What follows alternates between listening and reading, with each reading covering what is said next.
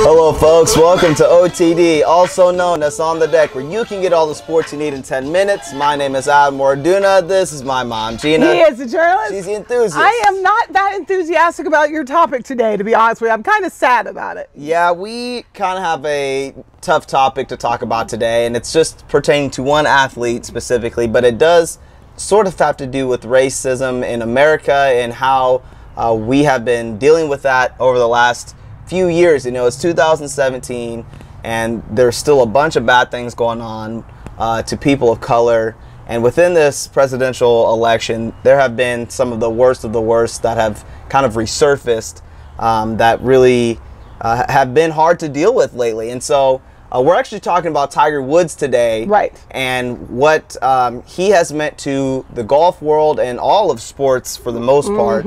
You're talking about someone that has been one of the most dominant athletes really of all time. He has been a great ambassador for the game of golf, and just showing how a true champion on the playing field handles themselves with passion and just how they execute the things that they do.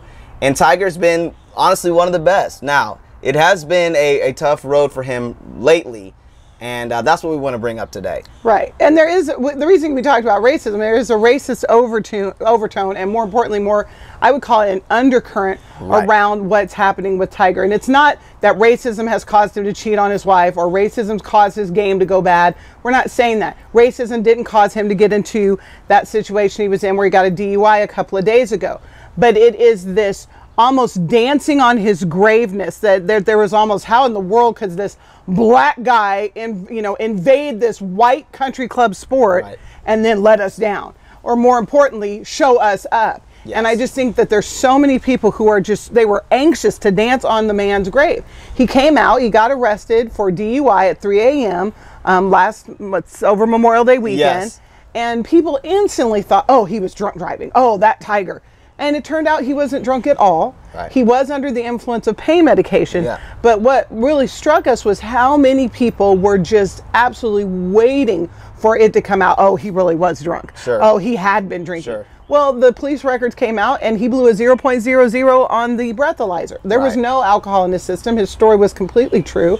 And I think it's just this idea that this black man who invaded this white sport is now on a downfall, having a downward slide, and just the amount of vitriol is just, it's unbelievable. Right. And instead of people just feeling let down for what Tiger has done over the last 10 years or so, people, like you said, are just waiting for the reports to come out that it's worse than the original reports. He really is a bad guy, and see that, and when things like that come out, like if someone makes a mistake, you're like, man, that really sucks. Let's hope that it doesn't happen again, and you can be disappointed. People are jumping for joy to know that someone, like you said, that dominated this sport, and then the fashion that he did is now on probably the biggest downfall that we've probably ever seen. Oh, it's one of, for sure. Definitely one of. And with this DUI that happened just recently, again, it wasn't alcohol related, it was medication related. It's just been really tough. And so the big question is, can Tiger rise again? Will Tiger ever make a comeback? He has gone through a lot over these last few years, as we've brought up. Is it too much for him at this point in time in his life, in his professional career, to make a legitimate comeback, just in his own personal life and on the golf course? Well, I would think because of the nature of his sport, which we've had this discussion, I think golf is a game of skill. It's hard for me to quantify it necessarily as a sport. It is a game, there is competition, there are winners and losers, but it is a game of skill. The athleticism part of it is where I fall off with golf, because people can play golf well into their 70s. They have a senior PGA tour where people still make money and they're still on television. So, but in this game of skill that Tiger Woods plays, I think he could come back. Yes, definitely. Yeah. Is he going to come back in the next 2 or 3 years? I think absolutely not. He's had back surgery, and everyone who's ever played golf knows it's about keeping your arms straight, keeping your head low, and the swing, and that swing comes across your body. If your back is out, you're not swinging. Yeah. And Tiger has had four back surgeries. And clearly he's in pain because it's all these pain medication and Vicodin that he's on that's caused this. Right. So I think, yes, Tiger Woods can make a comeback. I don't think he's ever going to be the Tiger he was, because that was just a phenom kind of situation. Sure. Beating, the Masters at Augusta by 18, strokes.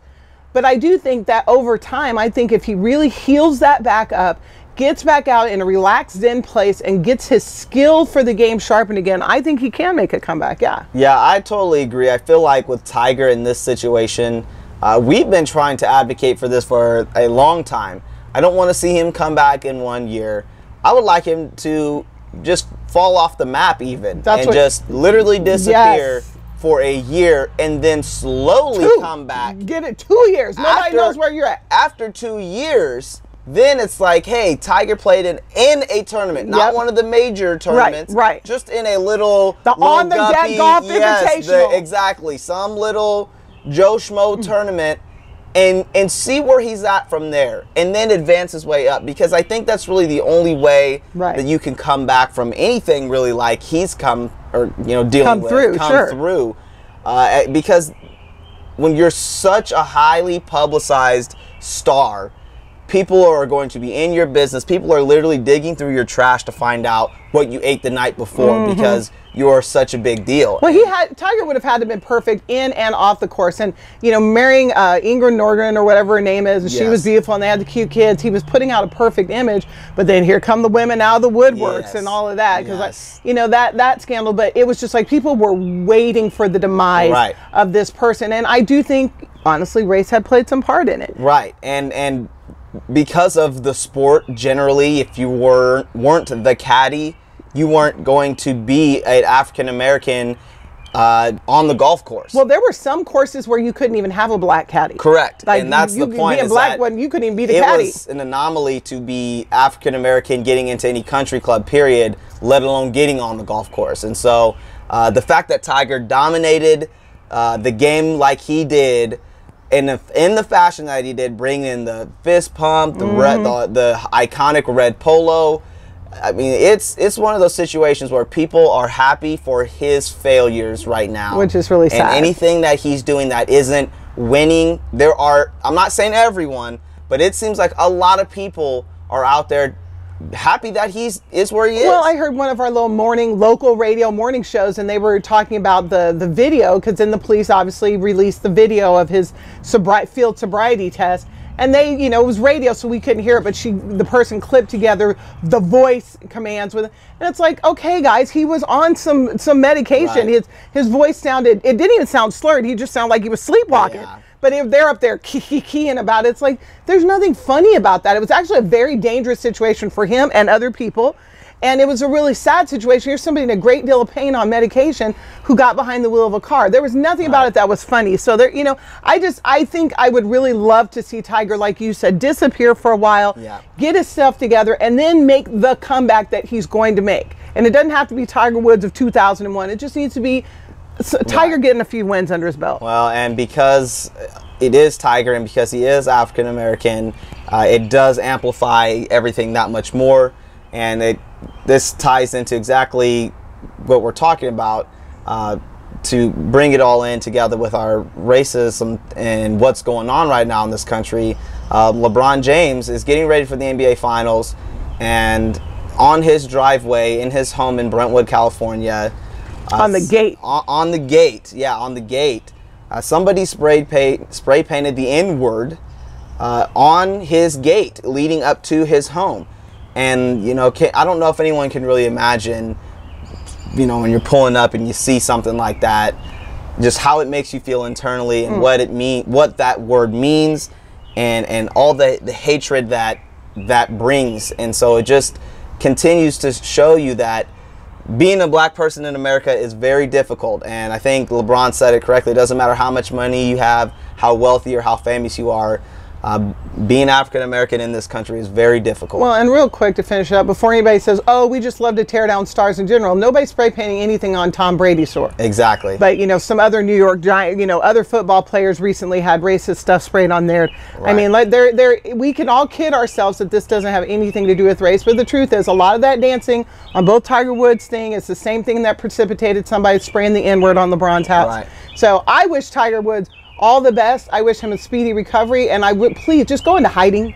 Yeah, please just fall off the map for a little bit while. and just relax and heal up and then come back. And like you said, even if it's not 2001 Tiger, just be a whole new Tiger so we can see you dominate again. There you go. And I would love to see, on a political statement, I'd love to see President Trump really take a stand about some of these things that are going on, because it would be awesome.